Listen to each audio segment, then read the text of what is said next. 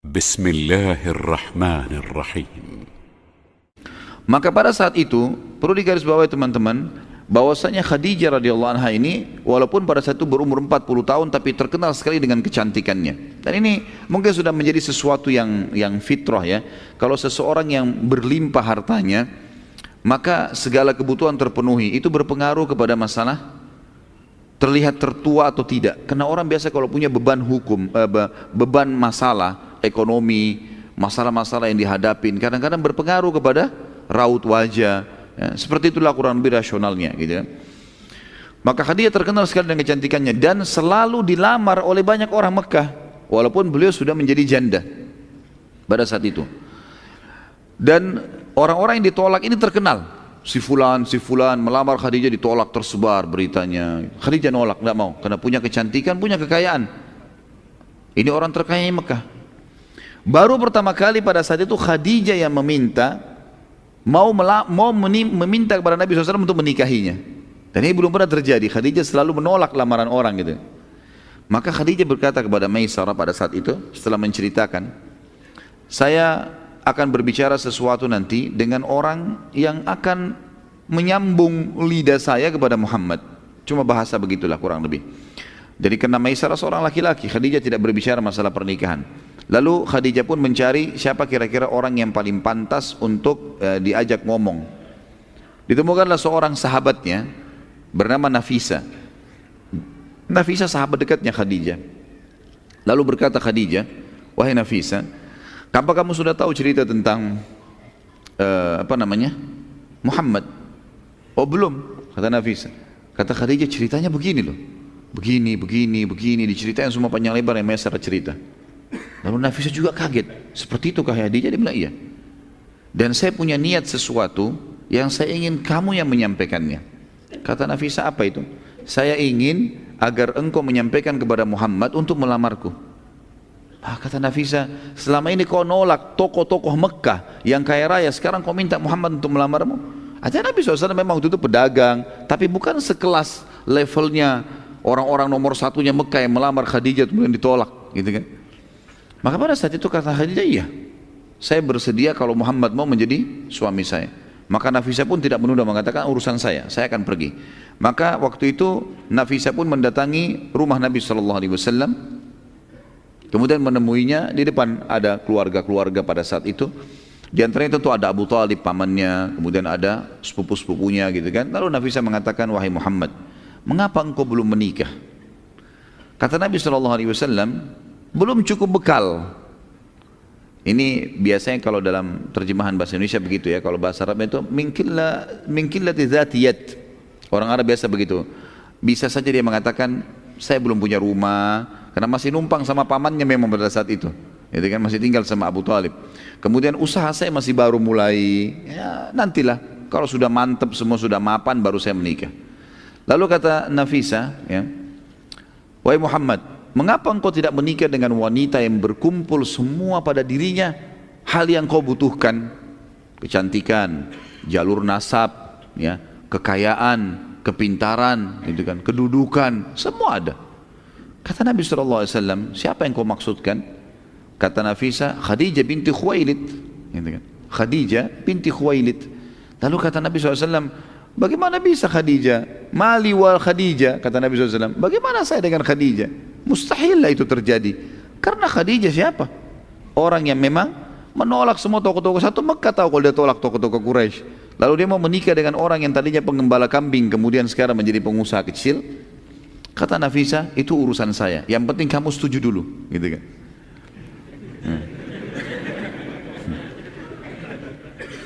Ini yang bujang-bujang yang ketawa ini. Maka pada saat itu pun Nafisa kembali kepada Khadijah mengatakan, oleh Khadijah, sudah selesai urusannya. Apa yang selesai? Muhammad sudah setuju. Gitu kan? Kata Khadijah, baik kalau begitu, jangan ditunda. Gitu kan? Maka Nafisa kembali lagi ke Nabi SAW mengatakan, wahai Muhammad, sudah selesai urusannya. Apa yang sudah selesai? Khadijah sudah setuju. Gitu kan? Sudah selesai urusannya. Kapan kita bertemu? Bertemu. Dipanggillah Abu Talib, paman Nabi SAW, menghadap ke rumahnya Khadijah. Dan Khadijah itu ditemanin oleh, ada yang mengatakan yang temanin, waktu itu Nabi SAW dikatakan ditemani oleh pamannya Abu Talib dan Hamzah. Tentu ini sebelum bicara masalah Islam ya. Kemudian dari pihak Khadijah ayahnya sendiri Khuwailid, dan ada yang mengatakan ditemani juga oleh sepupunya Waraqah bin Naufal, ya, pendeta Nasrani nanti yang akan mengakui kenabian Nabi SAW di masa penerimaan wahyu Iqra bismi rabbikal ladzi khalaq. Baik, pada saat itu terjadilah kesepakatan dan akhirnya menikahlah Nabi SAW dengan Khadijah, dan pada saat itu maharnya Nabi SAW yang diberikan adalah 20 ekor unta. Ya, jadi satu ekor unta itu sekarang sudah berapa harganya, ratusan juta, gitu kan? Apalagi ya sampai 20 ekor unta. Dan ini bantahan yang sangat jelas kepada para orientalis yang mengatakan Muhammad sengaja menikah dengan orang kaya karena dia ingin membiayai hidupnya. Dan ini tidak benar sama sekali. Salah sekali ini.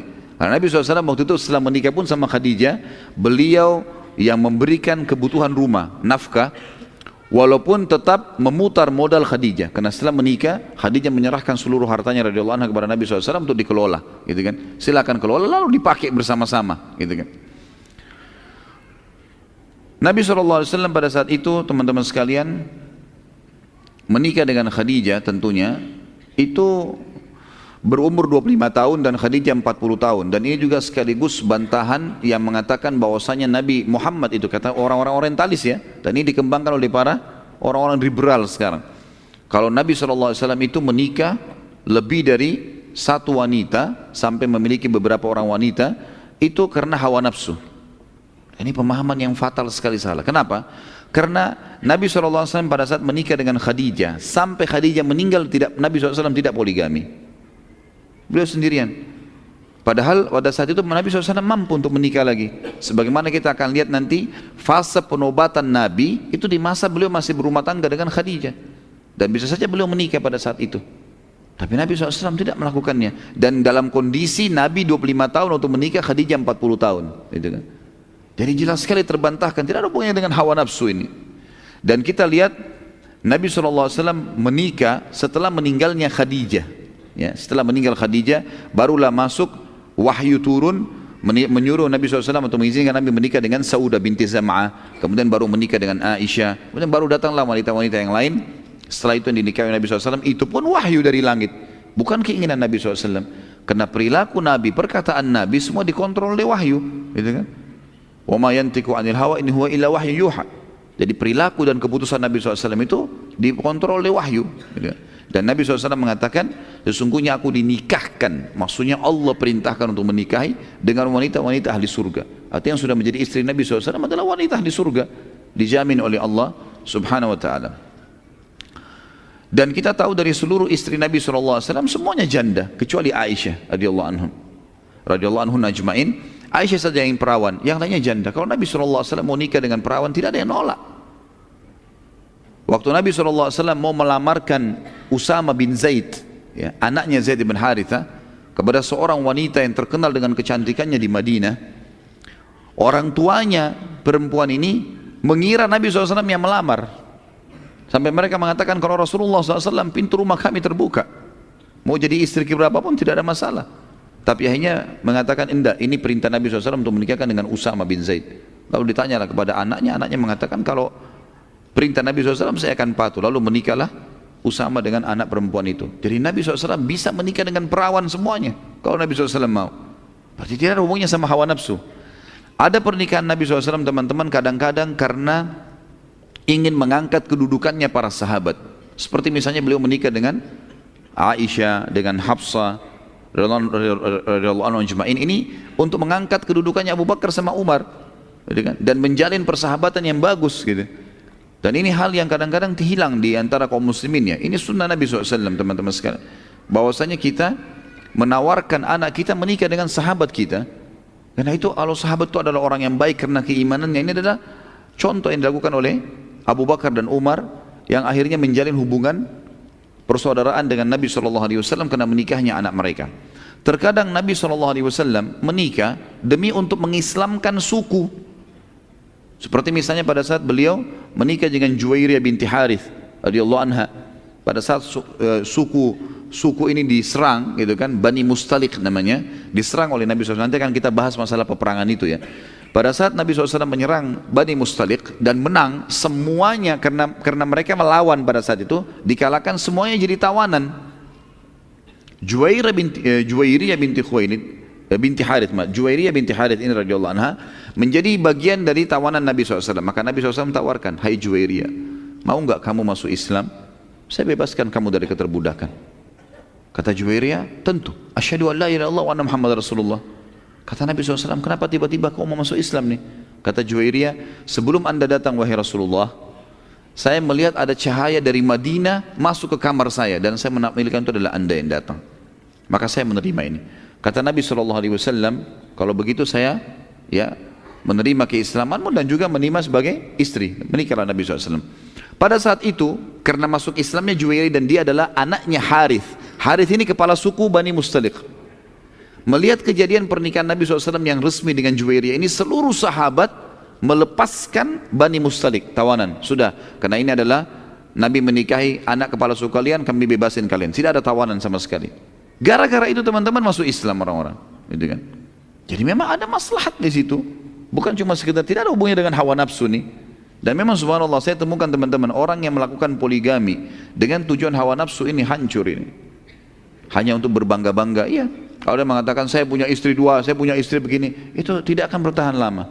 Dan tidak ada sesuatu yang mau dibanggakan. Orang yang melakukan poligami teman-teman menambah ekstra sesuatu, ekstra tenaga, ekstra duit, ekstra waktu, ekstra semua. Bukan cuma pikiran masalah biologisnya gitu kan. Biologis setengah jam selesai, 1 jam selesai. Tapi orang setelah itu harus berikan nafkah, harus berikan perlindungan, harus berikan pendidikan. Ini semua yang harus difahami gitu kan.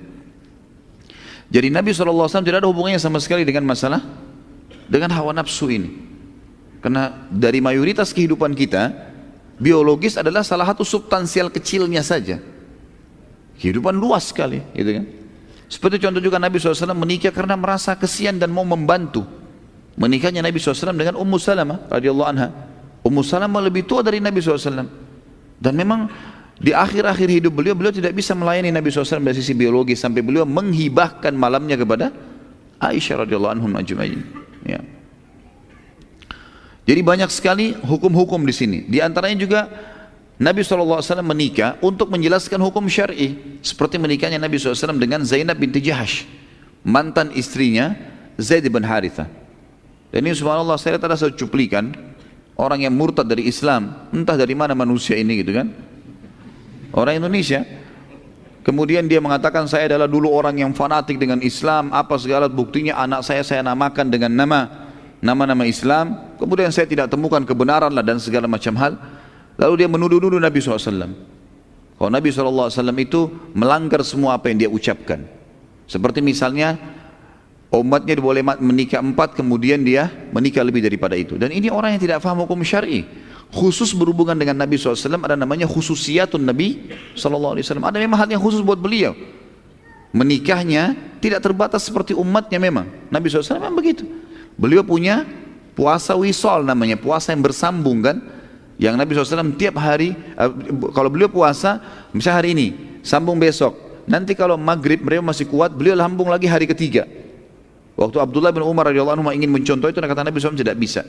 Kalau kau Ibnu Umar mau puasa, maksimal sehari puasa, sehari berbuka puasa. Ini khusus untuk Nabi SAW memang. Penerimaan wahyu khusus untuk Nabi SAW memang. Itu kan? Jadi memang beliau penentu keputusan. Ada khususiyatun Nabi SAW. Yang penting dia mengatakan begini. Salah satu perkataan yang berhubungan dengan tema kita, karena itu panjang kalau kita ingin bahas tentunya. Dia bilang Nabi Muhammad itu sendiri melanggar apa yang dia titahkan. Seperti misalnya dia menikahi mantan anak mantunya. Nah, ini pernyataan yang fatal sekali, salah ini. Dia bilang menikahi Zainab binti Jahash, mantan anak mantunya. Dari mana anak mantu Nabi ini?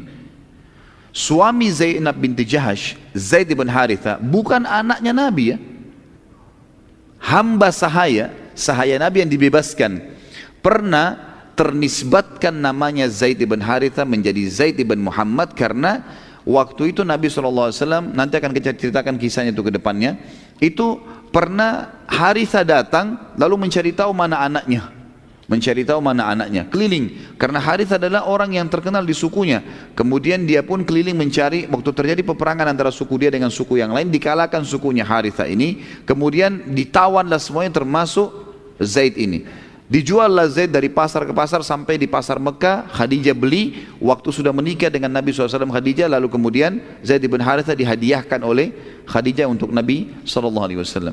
Lalu Haritha datang ke Mekah, nyari tahu informasi anaknya mana nih.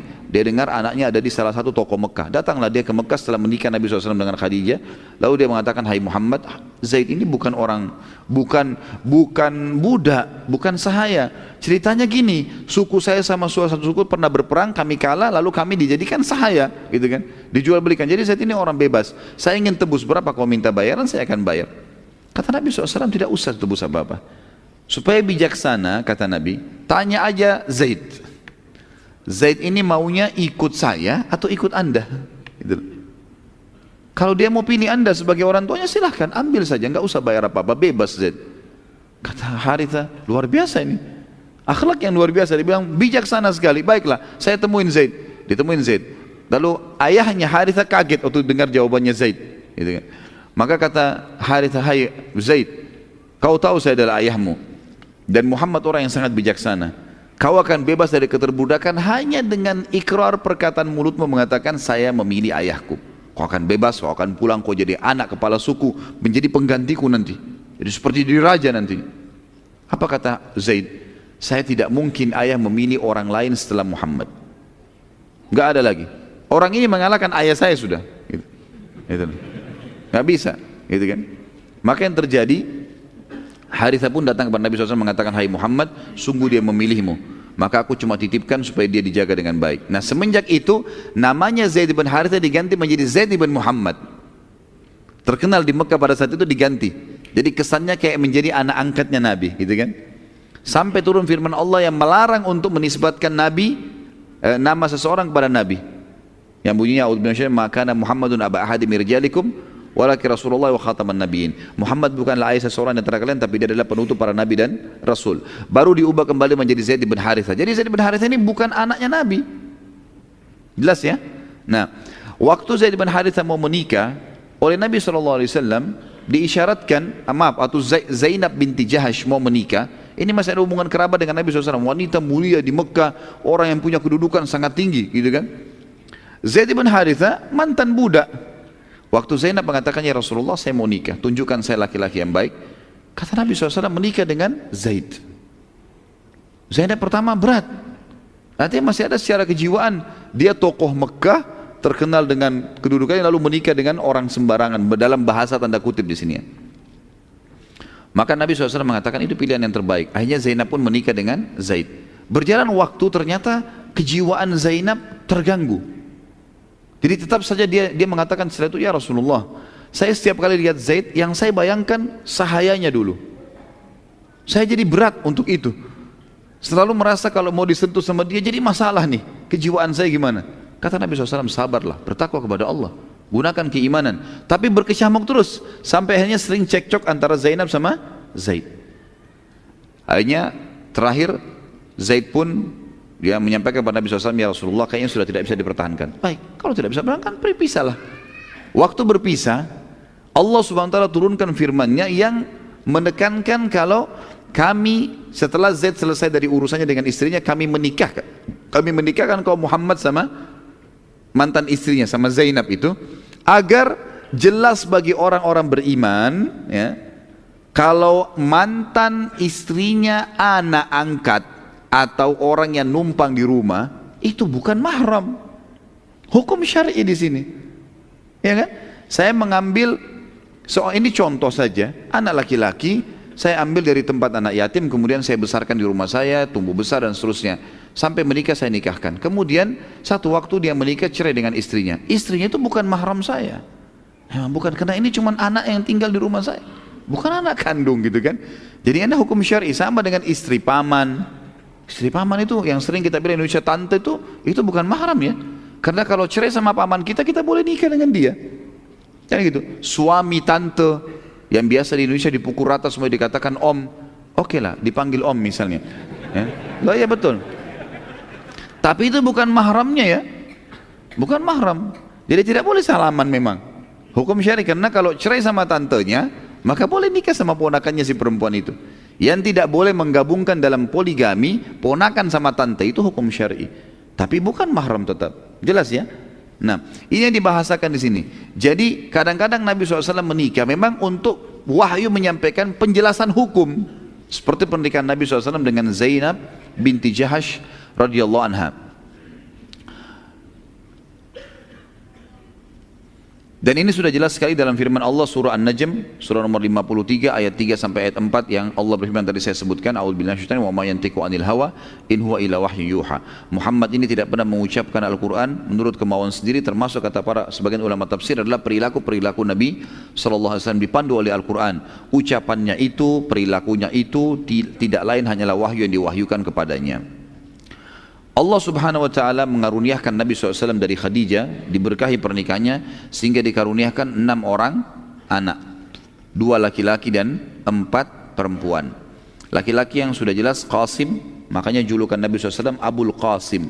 Dan Qasim meninggal, yang lebih kuat riwayat sebenarnya dikatakan masih kecil, tapi ada riwayat menjelaskan pada meninggal di umur dia sudah bisa menunggangi kuda, dan itu di zaman dulu sekitar umur 7 sampai 8 tahun. Kemudian Abdullah menikah di umur sekitar 2 tahun ke bawah. Lalu kemudian 4 anak perempuan Nabi SAW, Ruqayyah, Ummu Kalthum, Zainab dan Fatimah radhiyallahu anhunna ajma'in, ini semua adalah hidup bersama Nabi SAW. Dan akan kita sebutkan nanti, mereka termasuk adalah orang-orang yang beriman kepada baginda Nabi SAW.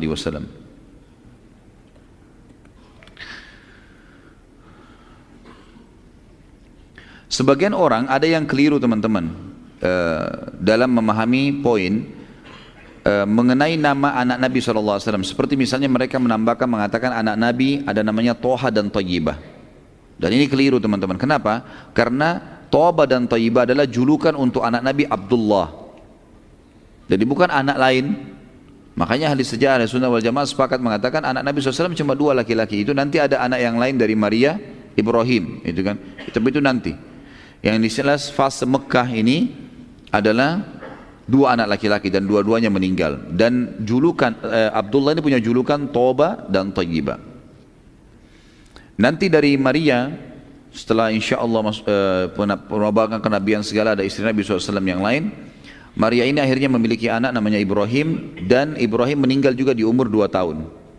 Maaf, belum 2 tahun, 1 tahun lebih, masih masa menyusui. Karena ada hadis Nabi SAW berbunyi mengatakan, sesungguhnya Allah memberi Ibrahim, anak ini yang baru meninggal, pengganti penyusu di surga. Ya, itu bahasa Nabi SAW tentang masalah itu.